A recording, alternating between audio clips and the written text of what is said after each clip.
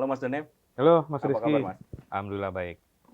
Ini Mas, ini kan seperti kita tahu ya, kan ada kasus memang dugaan tindak pidana asusila yang terjadi di wilayah Jombang, Jawa Timur. Oh oke, kasus itu ya? Ya, Ya, kasus pondok pesantren yang pelakunya diduga pelaku itu kan eh, anak dari kiai pemilik ponpes. iya Ya, seperti betul. kita tahu juga bahwa kasus ini kan sebetulnya terjadinya di tahun 2017, namun kemudian ada laporan di tahun 2019, dan baru sampai saat inilah akhirnya di tahun 2022 pihak kepolisian itu kan telah berhasil lah menangkap si terduga pelaku. Ya, Gitu. Nah, butuh waktu lebih dari 2 tahun bagi polisi untuk menangani dugaan asusila yang dituduhkan kepada sang putra mahkota ini. Yang mungkin kita sebut sebagai dalam tanda kutip ya, sang putra mahkota. Dalam rentang waktu itu kan banyak, mungkin sedikit banyak drama yang menghiasi pengungkapan kasus ini. Mulai dari laporan yang mungkin dirasa lama ya rentang waktunya dari tahun 2019 sampai dengan 2022 akhirnya bisa ditangkap. Nah, penangkapannya itu sendiri kan juga cukup heboh ya dalam tanda kutip, yang akhirnya berhasil yang sebelumnya memang ada tindakan-tindakan yang dilakukan oleh si terduga pelaku ini untuk misalnya menolak panggilan ketika memang dia dipanggil di kepolisian. Nah, mungkin itu lebih ke substansi penanganan perkaranya, Mas. iya. Tapi yang ingin saya tahu sih lebih ke layanan LPSK-nya ya. Oke. Misalnya apa sih, berapa orang sih yang dapat perlindungan LPSK? Uh, dari perlindungan itu sendiri, sejak kapan LPSK memberikan layanan perlindungan? Tapi sebelum dijelaskan jauh ke sana, mungkin yang ingin saya tahu lebih awal nih, kapan sih LPSK menerima permohonan perlindungan yang diajukan oleh para saksi dan korban dalam kasus kekerasan seksual yang diduga dilakukan oleh Mas Beki ini? Oke. Pertama berarti ya, Ya. kapan sih para saksi dan korban ini masuk perlindungan LPSK? Jadi 2020 itu LPSK pertama kali menerima permohonan dari para saksi korban. Permohonan diajukan ke LPSK, kemudian tim Biro Penelahan Permohonan, tim BPP PHSK kemudian turun melakukan investigasi. Hasil investigasinya kemudian dipaparkan di sidang Mahkamah Pimpinan untuk diputuskan oleh pimpinan LPSK dan kemudian diputuskan untuk diberikan perlindungan. Jadi kalau pertanyaannya kemudian dari tahun berapa perlindungan dimulai, itu untuk para saksi dan korban dalam kasus dugaan asusila ya, dugaan asusila yang dengan terdakwa Mas Beki ini ya dari tahun 2020. Dari 2020 Dari berarti 2020. di LPSK ya. Ya. Nah, ya seperti yang kita tahu juga bahwa setiap permohonan itu kan pasti ada kronologis awal yang disampaikan Ya. oleh para apa mungkin disebutnya di LPSK, terlindung ya Mas ya. Kalau baru mengajukan namanya pemohon. Kalau sudah diputuskan oleh pimpinan namanya jadi terlindung. Oke. Dalam permohonannya, kronologis kejadian seperti apa sih yang disampaikan oleh korban terkait dengan peristiwa itu? Iya, jadi awalnya korban ini menyampaikan dirinya diajak lah, jadi diajak untuk mengikuti sebuah kegiatan wawancara ya, kegiatan wawancara. Jadi diduga terdakwa ini mau buat apa ya, sebuah klinik di internal pesantren, yang kemudian di-invite lah beberapa santriwati, santriawan juga untuk menjadi petugas di klinik itu. Oke.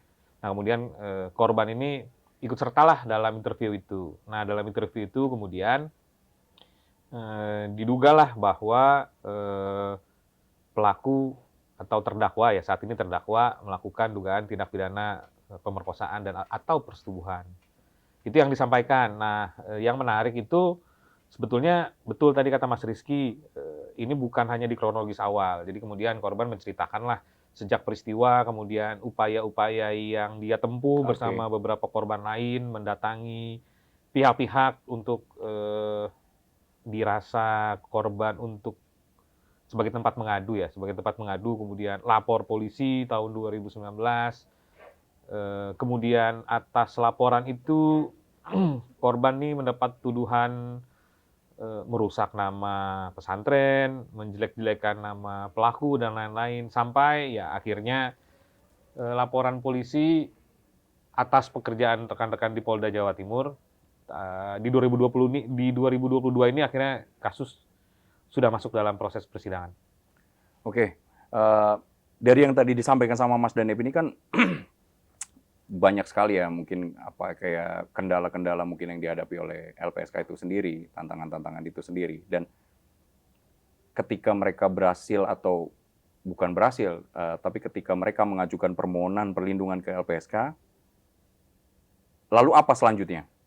Apakah LPSK memutuskan untuk memberikan layanan perlindungannya atau tidak kepada Oh, iya, jadi begitu permohonan masuk, kemudian memang langsung diputus oleh pimpinan untuk diberikan perlindungan. Waktu itu perlindungan awal diberikan perlindungan fisik, jadi LPSK. Oh, tapi berarti itu masuknya ke jenis perlindungannya ya? Ya, Perlindungan itu fisik bentuk-bentuk perlindungan. Jadi mengingat profil terlapor, jenis kasus, kemudian informasi intimidasi yang diterima, kemudian pimpinan memutuskan para saksi dan korban ini diberikan perlindungan fisik. Oke. Perlindungan fisik, kemudian pemenuhan hak prosedural. Pemenuhan hak prosedural itu pendampingan, hak atas informasi, kapan ada BAP dan lain-lain. Ya, jadi LPSK sejak awal itu selalu hadir untuk memberikan pendampingan, dan bukan hanya pendampingan pengamanan, pengawalan dengan kerjasama dengan anggota Polri yang di BKU di LPSK. Jadi selalu full tim. Oke, tadi disampaikan sama Mas Danep juga, ini kan ada ancaman ya memang ya. Iya. Terasa ada diduga pengancaman yang dilakukan oleh terduga pelaku kepada para saksi dan korban. Betul. Nah, itu kan bisa dijadikan apa ya, kalau misalnya dalam program perlindungan itu sendiri, pasti akan terasa sekali tantangan dan hambatannya. Ya. Nah, sejauh ini nih Mas Danep, sejak tahun 2020 LPSK memberikan layanan perlindungan kepada saksi dan korban ini, tantangan dan hambatan seperti apa sih yang ditemui dalam proses perlindungannya? Iya, tantangannya pertama dari sisi jangka waktu penanganan kasus ya. 2019 sampai 2022 berarti perlu 4 tahun. Oke. 4 tahun jalannya sebuah kasus dari laporan sampai bisa masuk tahap persidangan. Tantangan kedua, mungkin ini yang belum banyak orang tahu. Tapi kita harus memahami teman-teman korban ini kan kemudian sebagai murid yang harus melaporkan atau menghadapi terdakwa ini kan kemudian dosen. Jadi terdakwa ini dosen di Ponpes itu? pesantren. Oke. Betul. Dia sebagai dosen yang kemudian juga mengajar di tingkat akhir. Dan juga sebagai statusnya anak kiai. Anak kiai pemilik Ponpes. Pemilik Ponpes. Itu. Yang kemudian harus dipahami, para saksi dan korban ini kan kemudian harus melaporkan terdakwa yang waktu itu statusnya sebagai wakil dosen di pesantren. Jadi dia wakil dosen, dia mengajar juga di tingkat akhir, dan juga ya statusnya sebagai anak pemilik pesantren pastinya nggak bisa kita hilangkan. Itu jadi faktor tantangan. Yang kedua memang tanpa mencampuri substansi perkara ya, memang pembuktiannya membutuhkan penanganan yang maksimal. Tapi bagaimanapun ya LPSK mengapresiasi penyidik Polda Jawa Timur akhirnya bisa mendorong kasus ini kemudian P21 dan sekarang sampai tahap persidangan. Oke, tadi kan ya memang dalam hal ini kan LPSK juga tidak, menurut kewenangan dalam undang-undang kan tidak diperbolehkan untuk memasuki substansi perkara ya Mas Danep. Tapi kan ada upaya-upaya yang mungkin bisa dapat dilakukan LPSK. Nah, upaya apa saja sih misalnya yang dilakukan oleh LPSK untuk mendorong percepatan proses hukum? Karena kan mengingat ya, ini kan dari tahun 2019, sementara masuk ke layanan perlindungan LPSK dari 2020 sampai ke tahun 2022 ini yang akhirnya begitu bisa ditangkap. Adakah langkah-langkah yang ditempuh LPSK, baik sendiri maupun bersama jaringan kerja lainnya? Iya, pastinya LPSK tidak bekerja sendiri. Oke. Awal kasus ini kemudian dilaporkan, waktu itu LPSK sempat melakukan koordinasi dengan Bu Bintang, ya, Bu Menteri KPPA ya. Kemudian untuk bisa juga memberikan atensi dan mendorong perjalanan kasus agar bisa lebih cepat. Yang kemudian LPSK juga bekerja sama dengan teman-teman pendamping. Ada teman-teman WCC Jombang yang waktu itu yang terus melakukan advokasi. Ya LPSK dengan ruang yang ada kemudian juga dalam waktu-waktu tertentu melakukan komunikasi dengan penyidik kira-kira apa saksi yang jika masih ada saksi yang dibutuhkan dan lain-lain, serta tanggung jawab LPSK untuk menghadirkan saksi jika dibutuhkan, ya itu yang kemudian posisi LPSK di situ untuk mendorong proses hukum. Untuk mendorong proses hukum ya. Berarti kan memang apa ya? Karena memang ada penanganan perkara yang mungkin cukup lama ya. Nah, terkait dengan hal tersebut, Mas Danep, maksudnya kalau misalnya memang pun ada upaya yang telah dilakukan LPSK, baik itu berkoordinasi dengan aparat penegak hukum dan pendamping, informasi apa saja sih yang diperoleh oleh LPSK dan mengapa proses hukum ini, kalau boleh dibilang kan dari tahun 2020 sampai ke tahun 2022 itu kan pasti ada kendala dan hambatan. Informasi seperti apa yang didapat oleh LPSK terkait dengan substansi penanganan perkara yang dilakukan? Memang kasus ini informasinya 7 kali P19 oleh tim Kejaksaan Tinggi Jatim. Jadi 7 kali berkas dikembalikan kepada penyidik untuk dilengkapi. Nah, beberapa misalnya di situ ada kebutuhan untuk visum ketiga kalinya untuk korban.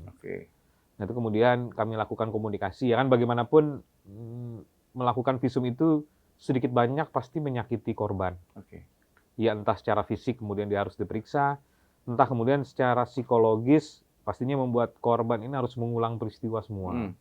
Itu yang kemudian juga LPSK komunikasikan, karena toh ada pemeriksaan visum 1 dan 2 yang sebetulnya menurut LPSK sih harusnya dari sisi pembuktian sudah cukup. Kemudian yang kedua, ada beberapa alat bukti yang masih dibutuhkan. Ini menurut petunjuk teman-teman kejaksaan. Hal lain ya mungkin tadi salah satunya Mas Rizky udah singgung. Jadi memang ada upaya dari terdakwa misalnya pemanggilan terdakwa tidak hadir. Kemudian terdakwa kalau tidak salah malah sempat melakukan pengarahan massa waktu teman-teman Polda datang untuk melakukan penangkapan. Ya mungkin hal lain ya bagaimanapun mungkin teman-teman penyidik Polda Jawa Timur ini bukan tidak bisa tapi mungkin menghindari bentrok ya. Ya kita tahulah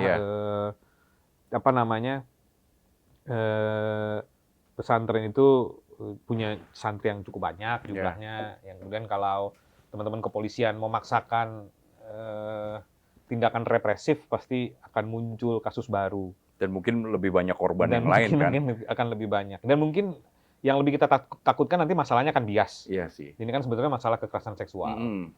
Gitu. Nah, tapi di tahun ini juga kan sudah berhasil ditangkap ya si Beki ini yang telah dilakukan upaya penangkapan dan penahanan oleh teman-teman dari Polda Jatim. Untuk proses hukumnya sendiri sudah di tahap apa, Mas Dani? Sekarang sudah tahap persidangan, agendanya pemeriksaan saksi. Terkait dengan persidangan dan agendanya adalah permintaan keterangan saksi, berarti kan disinilah peran LPSK kan? Betul. Apakah ada pendampingan yang dilakukan oleh teman-teman LPSK dalam ketika saksi memberikan keterangan dalam persidangan? Ya, pastinya dari komunikasi LPSK dengan jaksa ya tim JPU, kemudian ya LPSK melakukan pendampingan terhadap 9 orang saksi dan korban yang menjadi saksi di dalam kasus ini. Jadi ada 9 orang, kemudian persidangan itu 2 kali seminggu awalnya, tapi kemudian kami dorong agar lebih cepat dilakukan pemeriksaan, dan kemudian saran itu dikabulkanlah oleh pengadilan. Oh berarti lebih dari 2 kali? Jadi dari awal 1 kali, kemudian 2 kali persidangan, dan akhirnya saat saksi LPSK sidang dipercepat 3 kali seminggu. Dan teman-teman LPSK hadir dalam ruangan persidangan? LPSK selalu hadir, standby di Jawa Timur bersama dengan teman-teman saksi korban yang akan bersaksi. Itu lengkap, Mas. Jadi ada tim pendampingan, kemudian kerjasama dengan psikolog juga untuk mempersiapkan psikologinya ya, untuk berani bersidang, kemudian juga lengkap dengan teman-teman Satgas Pengamanan Berarti Pengawalan. kalau untuk psikologisnya lebih ke penguatan mungkin Mas Danip ya? Sebelumnya jauh dari saat ini sebetulnya Mas Rizky, karena tadi sudah disampaikan kan perlindungan dimulai dari sejak 2020. Ya. Nah 2020 itu kemudian LPSK bekerja dengan psikolog untuk pemulihan dulu. Pemulihan psikologis agar pastinya mereka ada tekanan-tekanan psikologis menghadapi kasus ini, panjangnya perjalanan kasus ini. Nah khusus untuk persidangan memang fokusnya untuk penguatan. Jadi saat bersaksi kemudian mereka nyaman, mereka berani mengatakan apa yang betul mereka alami. Ini semua kan sebetulnya dalam rangka membantu proses hukum agar hakim dapat memutus, agar kebenaran material itu dapat muncul. Nah, selama proses perlindungan yang dilakukan oleh teman-teman LPSK, khususnya setelah kasus ini disidangkan, ketika memberikan pendampingan, ada nggak sih gangguan yang diperoleh oleh teman-teman LPSK dalam proses pendampingannya atau ketika memberikan layanan perlindungan ini? Gangguan ya, mungkin tantangan kali ya Mas. Ya, jadi tantangannya mungkin lebih ke situ. Pertama ini kan kasus asusila ya. Ya kita tahu peraturan bahwa kemudian kalau kasus asusila ditutup untuk umum. Nah, adalah upaya-upaya misalnya meminta hanya ada hakim, jaksa, saksi, dan pengacara yang ada dalam ruang persidangan. Nah, LPSK kemudian berupaya menjelaskan bahwa di situ ada peran, kewenangan, tanggung jawab LPSK, dasarnya undang-undang, kemudian kami hadir di dalam ruang persidangan. Yang kemudian tantangan lain misalnya penguatan psikologis, terutama mereka yang menjadi korban. Dalam kasus ini, secara registrasi kasus, korbannya cuma satu, Mas Rizky. Pelapor, korban. Oh, jadi cuma satu aja? Dalam kasus ini. Cuman kalau kita bicara fakta, sebetulnya ada 4 korban lainnya yang juga mengalami kekerasan seksual. Dalam laporan ini, atau perkara yang disidangkan ini, korbannya hanya satu? Korbannya satu. Atas nama M. Iya. Gitu. Nah, kalau kita bicara pelaporan kasus. Berarti sebetulnya banyak ini Mas Danip? Maksudnya lebih dari satu korbannya? Banyak, dan saya percaya di luar yang dilindungi LPSK, masih banyak korban lain di luar sana. Jadi kan, apa ya Mas, mungkin ini pertanyaan terakhir sih. Apa sih dari sepanjang LPSK memberikan layanan program perlindungannya dari tahun 2020 sampai dengan 2022 ini, apa harapan LPSK dalam proses hukum, harapan LPSK terkait dengan penanganan atau proses hukum kasus ini? Kalau kami lebih ke ini sebetulnya Mas Rizky. Ya kita semua berharap keputusan yang paling adil ya. Ya pastinya itu sudah yang mulia majelis hakim yang lebih tahu. Yang kedua sebetulnya dengan perlindungan yang LPSK berikan di kasus ini dapat bukan memancing ya, tapi sebagai contoh mungkin masih banyak korban di luar sana yang nggak berani speak up, entah karena takut, entah karena misalnya ada perasaan melawan guru. Ini bukan soal muru gurit, bukan soal terjadi di sekolah berbasis agama atau di luar, tapi yang jelas tindak pidana ini kan kemudian dilarang. Nah, mudah-mudahan hadirnya LPSK dapat memberi kenyamanan bagi para saksi dan korban untuk berani bicara. Yang kedua, entah di kasus ini atau di kasus lain gitu ya, mereka yang menjadi korban berani speak up. Jadi mereka nggak merasa sendiri lagi lah.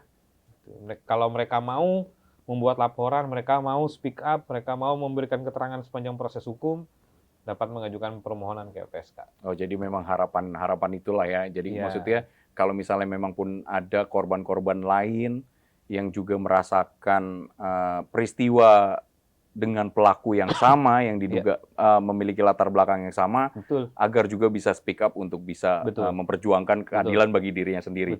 Nah, ini kan saat ini sudah ditahan nih, dan persidangan juga, maksudnya pelaku sudah dilakukan upaya penahanan, dan persidangan pun sudah dimulai.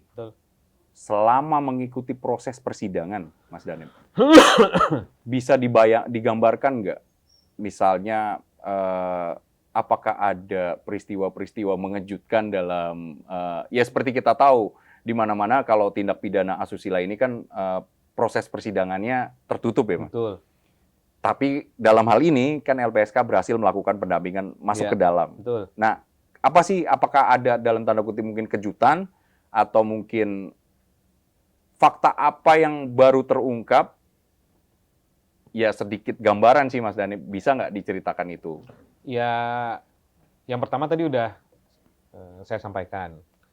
Memang di luar pelaporan ini yang atas nama korban M gitu ya, ternyata banyak korban lainnya yang kemudian memang akhirnya dalam persidangan mereka speak up lah, mereka cerita bahwa mereka juga menjadi korban dari terdakwa. Hal itu sudah disampaikan, mudah-mudahan bisa menjadi catatan majelis hakim juga. Yang kemudian hal lain kerjasama LPSK dengan teman-teman kejaksaan. Jadi ternyata masih ada beberapa saksi yang keterangan sangat dibutuhkan oleh jaksa. Kemudian rekan-rekan kita di kejaksaan mengajukan permohonan perlindungan untuk para saksi. Oh gitu. Iya, jadi masih ada kemungkinan penambahan saksi dalam kasus ini untuk diberikan perlindungan oleh LPSK. Oh jadi di luar 9 orang yang Betul, sudah di kita luar 9 orang dampingi, itu. yang didampingi oleh LPSK, Betul. kan sudah memberikan keterangan dalam persidangan. Sudah. Tapi ternyata dari pihak kejaksaan itu menilai ada saksi juga yang memang membutuhkan layanan Betul. dari LPSK Betul. untuk dalam memberikan keterangan dalam persidangan. Betul. Ya semoga saja ini bisa berakhir dengan putusan hakim yang seadil-adilnya lah bagi korban itu sendiri ya Mas Danip. Oke, mungkin cukup sekian Mas Danip. Siap, Terima kasih atas waktunya. Sama-sama Mas Rizky. Sudah dapat memberikan pencerahan ya. Sebetulnya sih memang pemberitaan ini kan banyak tersebar di berbagai media. Sempat viral. Ya, sempat viral juga. Tapi kan saya ini belum dapat informasi terkait dengan dari sudut pandang LPSK dalam melakukan penanganan perlindungan atau memberikan layanan perlindungan bagi korban terkait dengan kasus ini. Betul. Oke Mas Danip, terima kasih banyak Sama-sama, atas waktunya. Mas Rizky. Sehat selalu. Amin. Oke, cukup sekian.